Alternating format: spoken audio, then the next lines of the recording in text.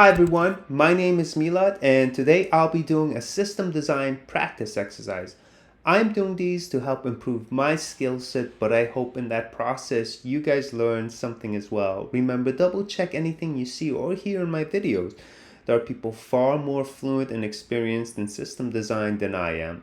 If you do enjoy the video, please consider liking this video, leaving a comment, and most importantly, subscribing. With that said, let's dive right into the system design. Today, I'll be designing a parking garage system, and I will try to satisfy the following requirements: smart vehicle identification system, track vehicle entry and exit for billing and space management, automate smart parking slot selection, car, truck, motorcycle. This revolves around the size of the parking slot that's selected. Real-time display of available parking spaces should be pretty simple, and allowing for multiple payment options to pay: credit card, Apple Pay, and Android Pay. All right. So one of the things I can tell right away for a system like this, it is going to be extremely low volume. Additionally, this is a great time to capitalize on edge computing, meaning that we should have local servers at each location. And the reason I would take this approach is because I want to make sure that there's a really high level of fault tolerance. In the event there is network or internet connection issues, we still want to be able to process payments and allow people to come in and leave the garage. So this would be also a great time to use Docker. Docker is a containerization, meaning it allows us to build application, containerize them, and then deploy them into different environments with almost flawless abilities. All right. And definitely I would use a SQL database here. We have relationships and the volume is really low, so this is an ideal place to use MySQL. Why we wouldn't use other SQL databases like Postgres or NewSQL? Postgres is really great for advanced queries, and if you have really complicated data, Postgres comes with a lot of extension. And if we were really concerned about scalability and high volume, NewSQL would definitely be ideal here. Another thing we want to do is, since we are using edge computing nodes to run these services, we also want to have a centralized database that aggregates the data happening across the multiple locations into a centralized place for analysis, business reporting, and other things. All right, with that said, let's jump right into it. As always, I love starting off with designing the database schema. It allows me to understand what type of entities I'm working with, and as a consequence, figure out what the functionality would look like. Absolutely. For me, I'm going to start off with the most basic entity in a system like this, and that is a ticket.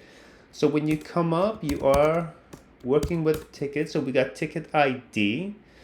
And then we have to know where we are, so parking lot ID. And then we got to know where to park, where the car is parked. We have parking lot slot ID.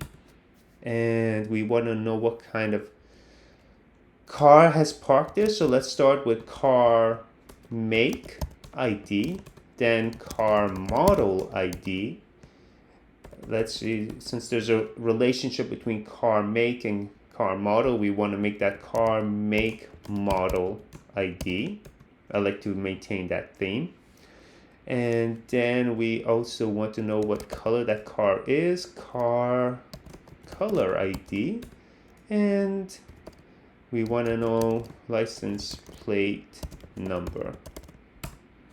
All right. Let's see, that is, we definitely want a status here to let us know what the status of this ticket is. And we want to know date stamp here. And we want exit date stamp.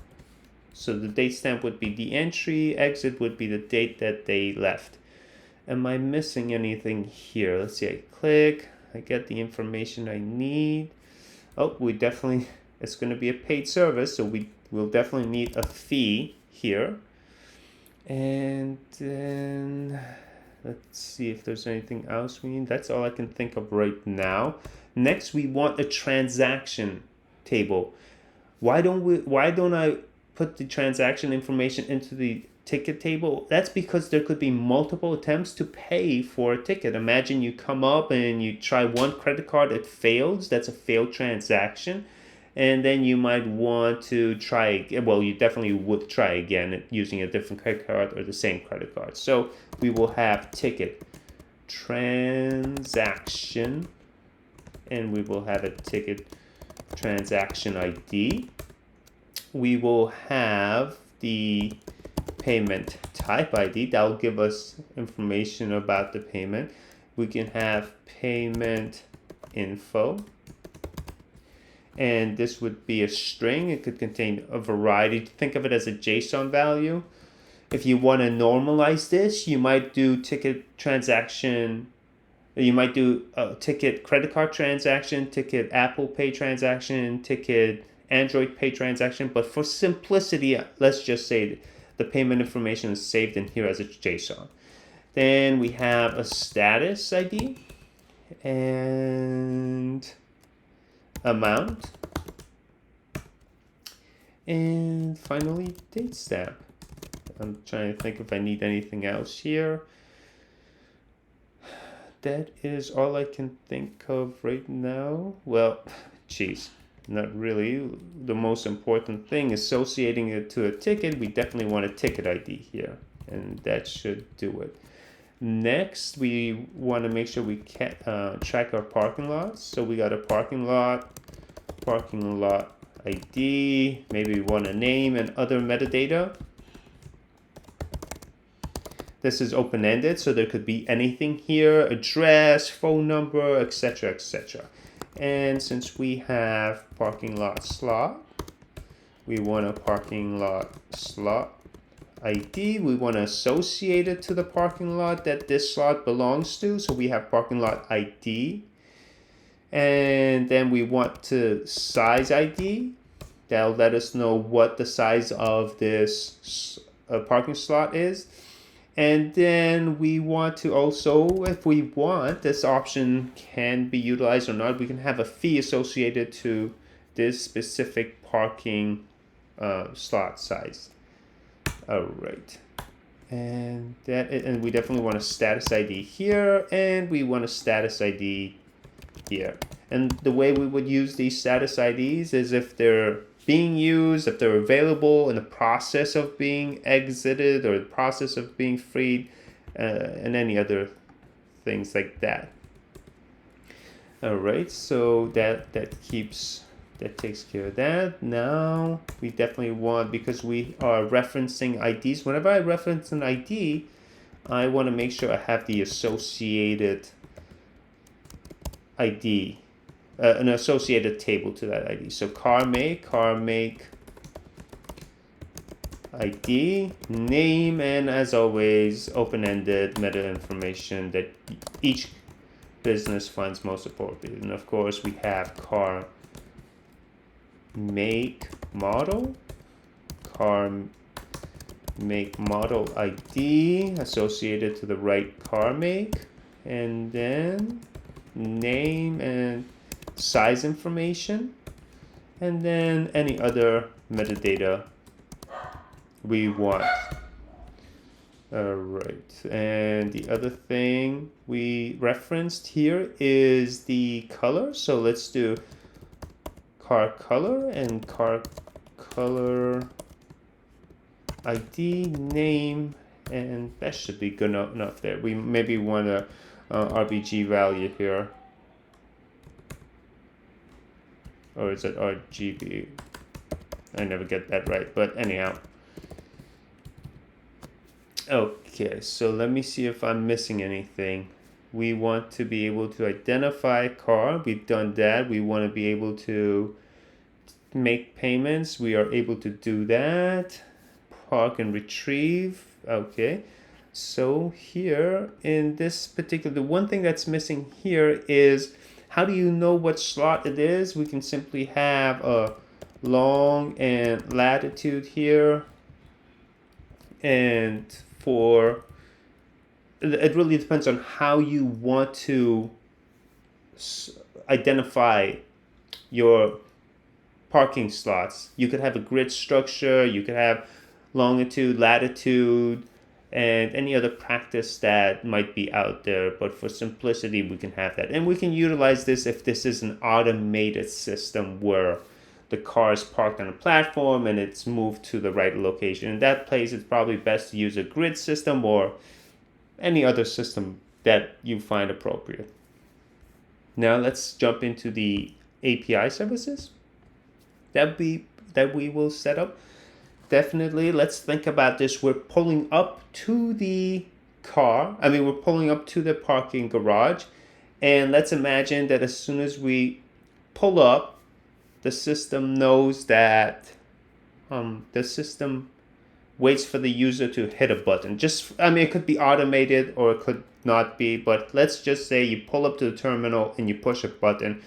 So we will have a post. The API will be start. Let's just say we are not sending any parameters, but what the system will do, no parameters here, and it will send back car info, slots available, total slots number, and then fee information. And can I think of anything else? Nope, that should be it.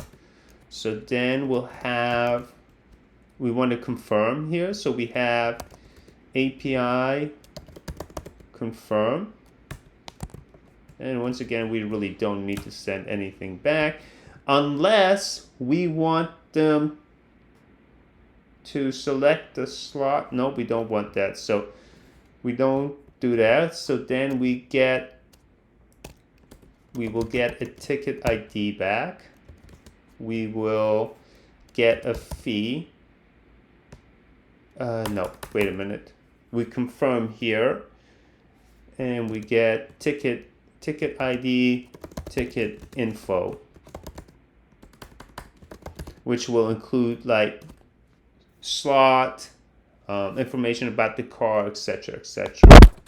So the gate opens, I drive through, I park, and then I come back and I scan my ticket. So I'm doing another post, and I am going to say, let's say exit.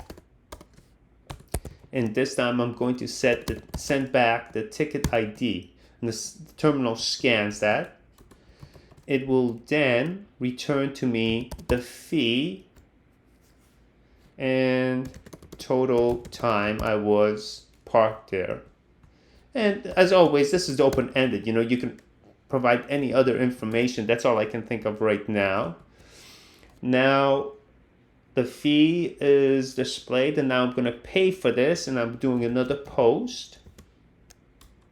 And API pay.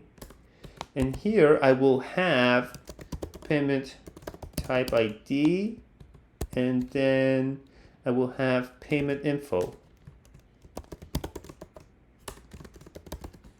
So the payment info, if it is, let's just say I take my phone, for example, and I tap it against the terminal, it has that capacity, I'll get back a encrypted token. Either it's provided by Google or Apple Pay. Or I scan my credit card and I send back credit card information.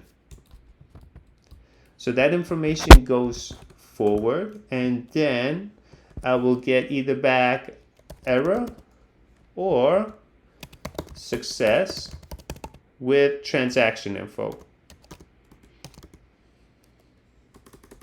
Let's see.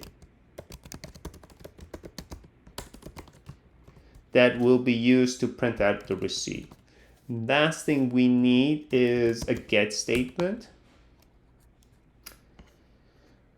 All right, we definitely need a get statement here.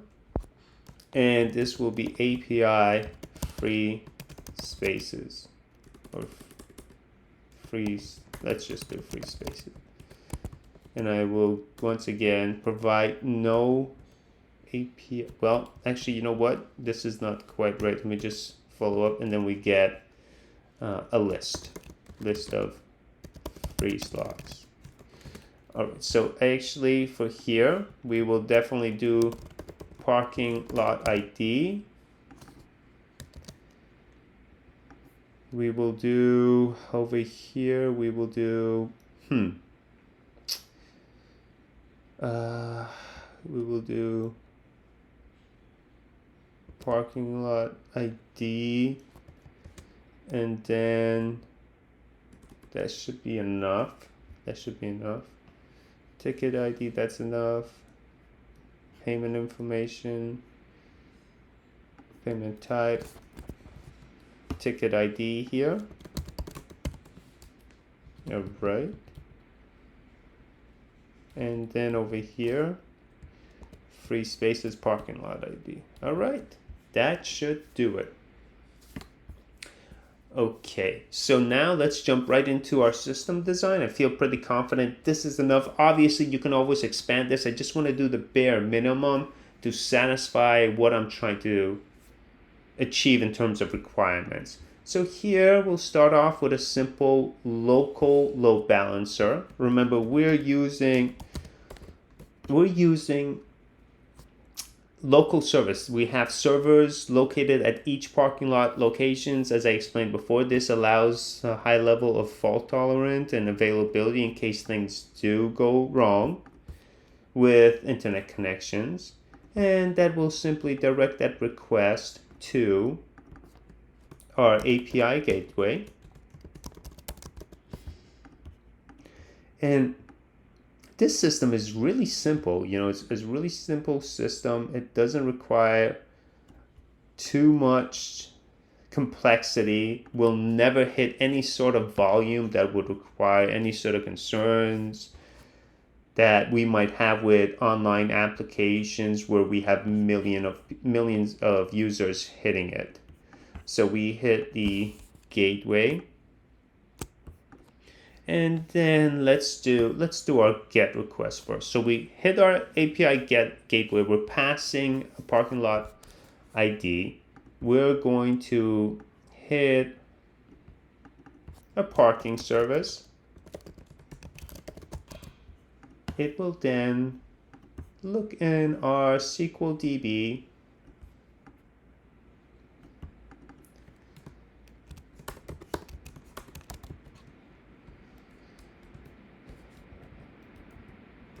And this will have ticket info and parking slot info, parking slot information, transactions, etc.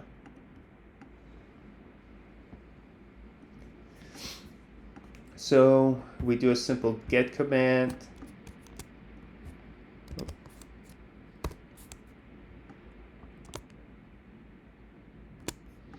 That service will look up in the database to see all the available parking slots, and then return that information back to the user. Next, we're going to do, let's say, start. We are going to the user hits the start button. We send that request to a service that scans.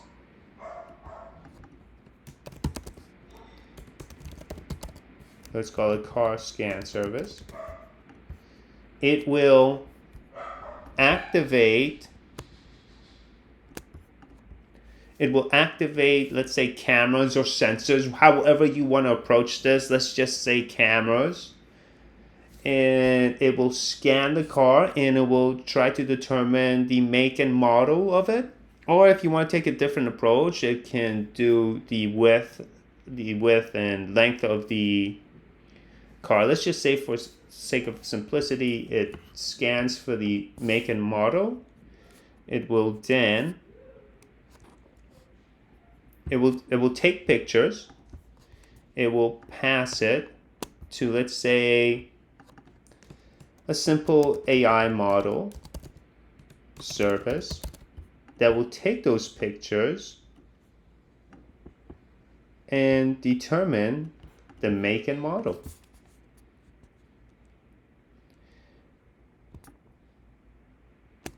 It will then determine, once it knows the make and model, it will then use a car service to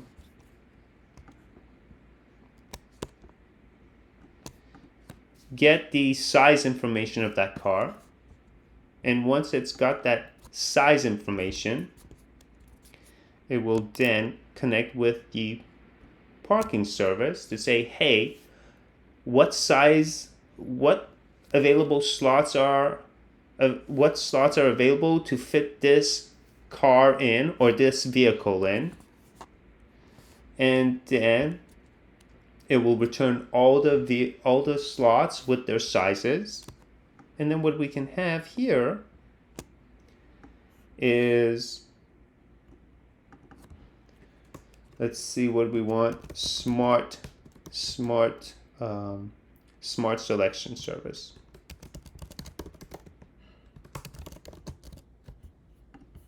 It will pass that information to the smart selection service, meaning that it will determine what slot this car should go in, and that would be the most efficient. This would make more sense if we had an automated system where cars could be moved in and out. For example, if you have a small car in a large parking slot, and there's only a small parking slot available and a big car pulls up, what you would do is take the small car out of the large parking spot, put it in the small one, and then take the large vehicle and put it in the large parking slot service.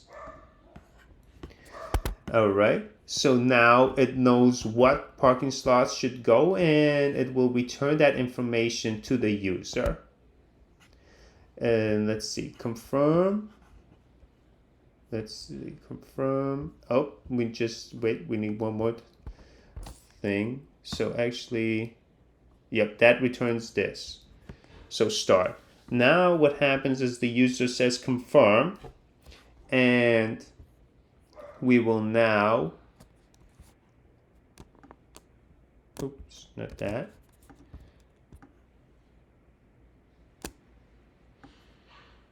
Let's come over here. Let's just move this a bit over.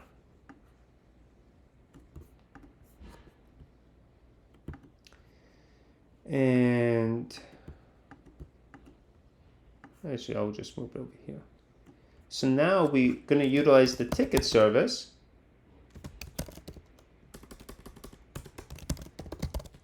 So we've confirmed it.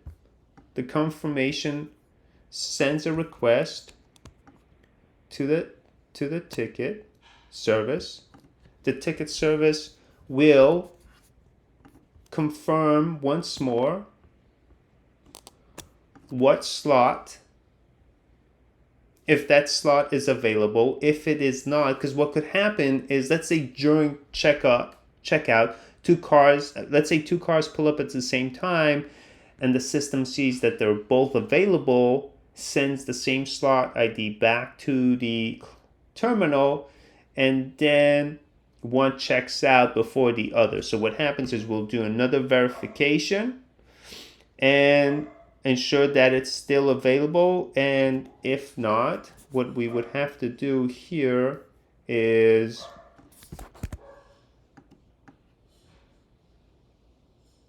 let's just move this over here.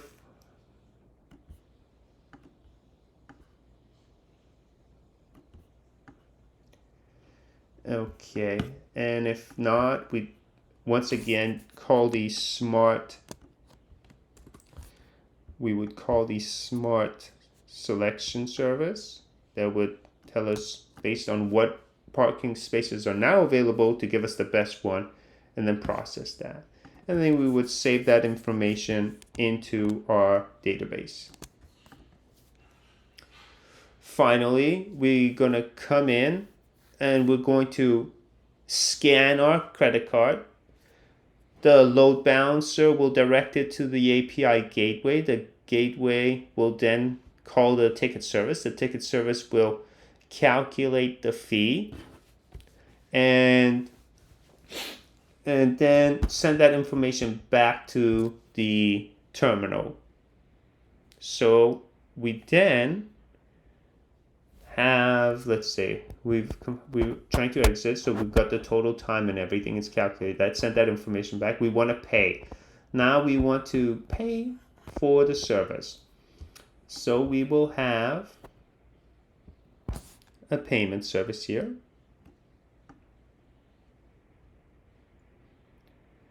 Let's bring it over here.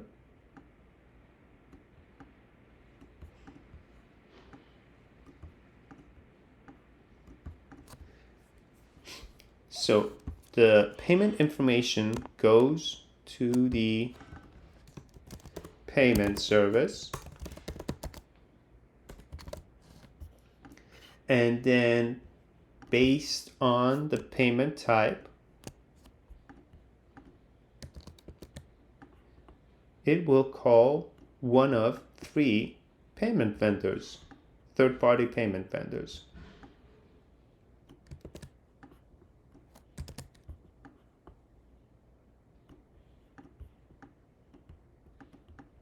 So here we would have Apple Pay, Google Pay,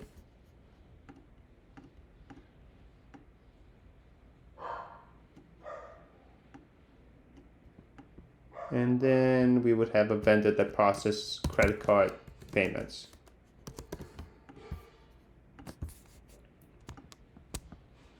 It will call each one accordingly based on the payment type ID here.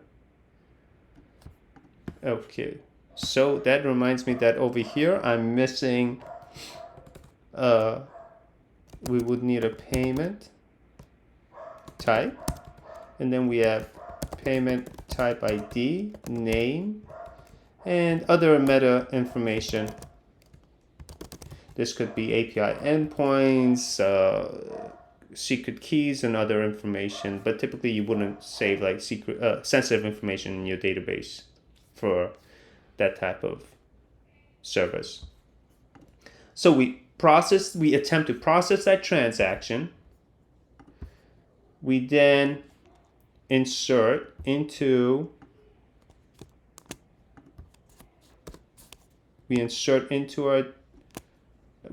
ticket transaction into the database, and we return the results. If it is successful, we also call the ticket service here and let it know that it was successful so that it can update that status and return that information to the user. That is pretty much it for local node. Now, one thing that's really good with simple applications or with any application is you can containerize them with Docker. And for redundancy, what we will do is imagine that this is in a container, meaning we can deploy it in multiple servers with great ease. We will have this very same system operating remotely in a cloud server.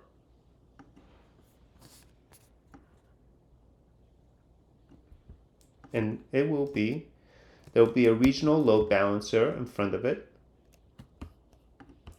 And what will happen is if the local load balancer determines that the local edge local server is not operational, it can then call the remote service and continue operations as normal. And remember, this is a containerized application, so you can just fire them up in multiple locations. Additionally, what we want is a centralized database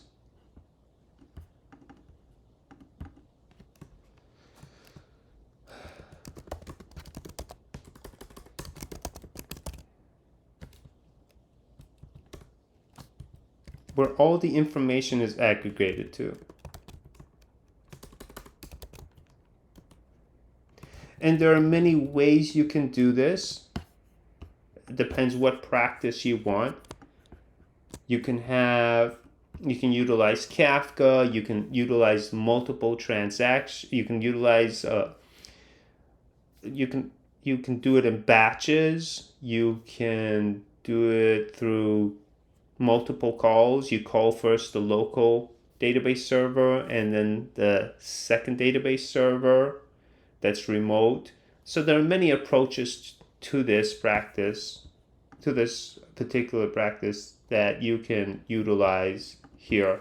There are pros and cons to each. What you have to determine is what's best suited for your system and the type of volume you're looking at.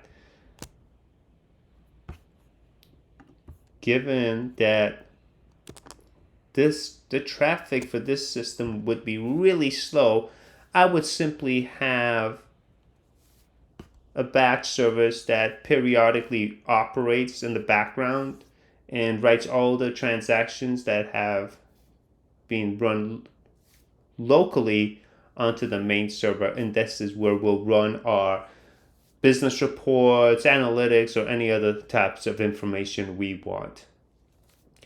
Some other things to take into account here is reporting. You definitely want to set up maybe Grafana, Datadog to monitor the services, and that's simply a matter of, overhead, price, cost, complexity, response time when it comes to issues that do arise. All right, guys, that is my attempt at designing a parking garage system. I really hope you enjoyed this video. Please leave a comment. Let me know if I did anything wrong or if I said anything that was inaccurate. I'm looking to improve. And as always, if you do enjoy my videos, please consider liking this video, leaving a comment, and subscribing, and if possible, sharing it with your friends. Thanks so much, and have a wonderful day. Bye.